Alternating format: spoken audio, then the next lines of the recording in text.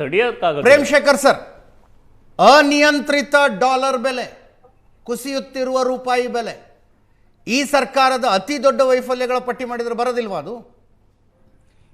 Actually ಇದಕ್ಕೆಲ್ಲ ಕಾರಣ ಈ ಸರ್ಕಾರದ ನೀತಿಗಳಲ್ಲ. ಇನ್ಫ್ಯಾಕ್ಟ್ ಗಲ್ಫ್ನಲ್ಲಿ ಆಗ್ತಾ ಇರುವಂಥ ಬೆಳವಣಿಗೆಗಳು ಮುಖ್ಯವಾಗಿ ನಮ್ಮ ಇಂಧನ ಅಗತ್ಯದ ದೊಡ್ಡ ಭಾಗವನ್ನು ಅಲ್ಲಿಂದ. ಸರ್, ಯುದ್ಧ ಶುರುವಾಗಿ 3 ತಿಂಗಳಾಯ್ತು ಸರ್. ಅದಕ್ಕಿಂತ ಮೊದಲು ಡಾಲರ್ ಬೆಲೆ ತುಂಬಾ ಚೆನ್ನಾಗಿತ್ತ, ನಿರಂತರವಾಗಿ ಕುಸಿತಾನೆ ಬಂತಲ್ಲ. ಆಕ್ಚುಲಿ ಅದಕ್ಕೆ ಗೋಲ್ಡ್ ಅನ್ನು ಮತ್ತೆ ಇನ್ನು ಯಾವುದೇ ವಸ್ತುಗಳನ್ನು ಹೆಚ್ಚು ನಾವು ಇಂಪೋರ್ಟ್ ಮಾಡಿಕೊಂಡಷ್ಟು ಹೊರಗಡೆಯಿಂದ, ಆಯ್ತಾ, ಆಗ ನಾವು ಡಾಲರ್ ಕೊಡ್ಲೇಬೇಕಾಗ್ತದೆ. ಆಗ ರೂಪಾಯಿ.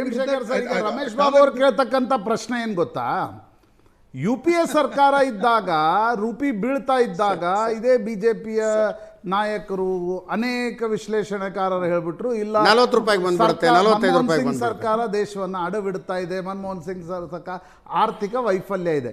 ಬಿಜೆಪಿ ಸರ್ಕಾರ ಇದ್ದಾಗ ಅದು ಬಿದ್ದರೆ ಅದು ಹೆಂಗೆ ಬರೀ ಗ್ಲೋಬಲ್ ಅಂತ ನೀವು ಸ್ಪೇರ್ ಮಾಡ್ತೀರಿ? ಅದು ಅದೇ ಅವ್ರು ಕೇಳ್ತಾ ಇರ್ತಕ್ಕಂಥ ಪ್ರಮುಖ ಪ್ರಶ್ನೆ. ಇನ್ಫ್ಯಾಕ್ಟ್ ಆಕ್ಚುಲಿ ಡಾಲರ್ ವಿರುದ್ಧ ಬಹುತೇಕ ಕರೆನ್ಸಿಗಳು ಬೀಳ್ತಾ ಇವೆ. ಮನಮೋಹನ್ ಸಿಂಗ್ ಕಾಲದಲ್ಲಿ ಈ ದೇಶವನ್ನ ಒನ್ ಆಫ್ ದ ಫ್ರೆಜೈಲ್ 5ಗಳಲ್ಲಿ ಒಂದು ಅಂತ ಹೇಳ್ತಾ ಇದ್ರು.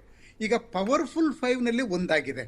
ಆ ಒಂದು ಪಾಸಿಟಿವ್ ಡೆವಲಪ್ಮೆಂಟ್ ನಾವು ನೋಡಬೇಕು. ಪ್ರತಿಯೊಂದು ಮನಮೋಹನ್ ಸಿಂಗ್ದಲ್ಲಿ ಸರ್ಕಾರದ್ದು ತುಂಬಾ ಚೆನ್ನಾಗಿತ್ತು ಅಂತ ಹೇಳಿದ್ರೆ ಫ್ರೆಜಲ್ 5 ಏಕಾಯಿತು, ಮತ್ತೆ 2008ದ ಕ್ರೈಸಿಸ್ ಏಕಾಯಿತು ನಮ್ಮಲ್ಲಿ. ಹೀಗಾಗಿ ಏನಾಗಿದೆ ಅದನ್ನ ಇನ್ಫ್ಯಾಕ್ಟ್ ನಾವು ಪಾಲಿಟಿಕ್ಸ್ ಕಾಂಗ್ರೆಸ್ ಬಿಜೆಪಿ ಬಿಟ್ಬಿಟ್ಟು ಡೆವಲಪ್ಮೆಂಟ್ ಅಂದ್ರೆ ಏನಾಗ್ತಾ ಇದೆ ಅಪ್ಸ್ ಅಂಡ್ ಡೌನ್ಸ್ ಅದನ್ನ ನಾವು ಗಮನಿಸಿ ಅದೊಂದು ನಿಷ್ಪಕ್ಷಪಾತ ದೃಷ್ಟಿಯಿಂದ ನೋಡಿ ನಾವು ವಿನಾಯಿತಿ ಅವ್ರಿಗೂ ಸಿಗಬೇಕಿತ್ತು ಅಂತಾರವರು. ಅದು ಬರೀ ವಿನಾಯಿತಿ ಬಿಜೆಪಿಗೆ ವಿನಾಯಿತಿ ಕಾಂಗ್ರೆಸ್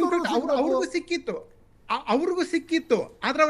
ಆದ್ರೆ ಅವರ ಮಾತಿಗೆ ತಕ್ಕಾಗಿ ಅವರ ನೀತಿಗಳಿರಲಿಲ್ಲ. ಅದಕ್ಕಾಗಿ ಫ್ರೆಜೈಲ್ 5 ಆದದ್ದು. ಹೀಗೆ ನೀವು ಮೋದಿ ಅವ್ರನ್ನ ಎಷ್ಟೇ, ರಮೇಶ್ ಬಾಬು ಅವರು ಎಷ್ಟೇ ಕ್ರಿಟಿಸೈಸ್ ಮಾಡಲಿ, ಈಗ ಪವರ್ಫುಲ್ 5ಗಳಲ್ಲಿ ಒಂದಾಗಿದೆ ಅನ್ನೋದನ್ನ ಅವ್ರು ನಿರಾಕರಿಸಕ್ಕಾಗತ್ತಾ?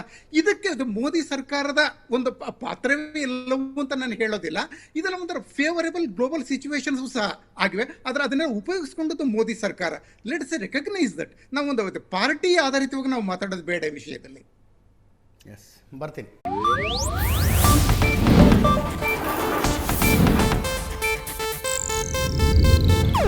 ಇದು ಏಷ್ಯಾನೆಟ್ ನ್ಯೂಸ್ ನೆಟ್ವರ್ಕ್ ಪ್ರಸ್ತುತಿ.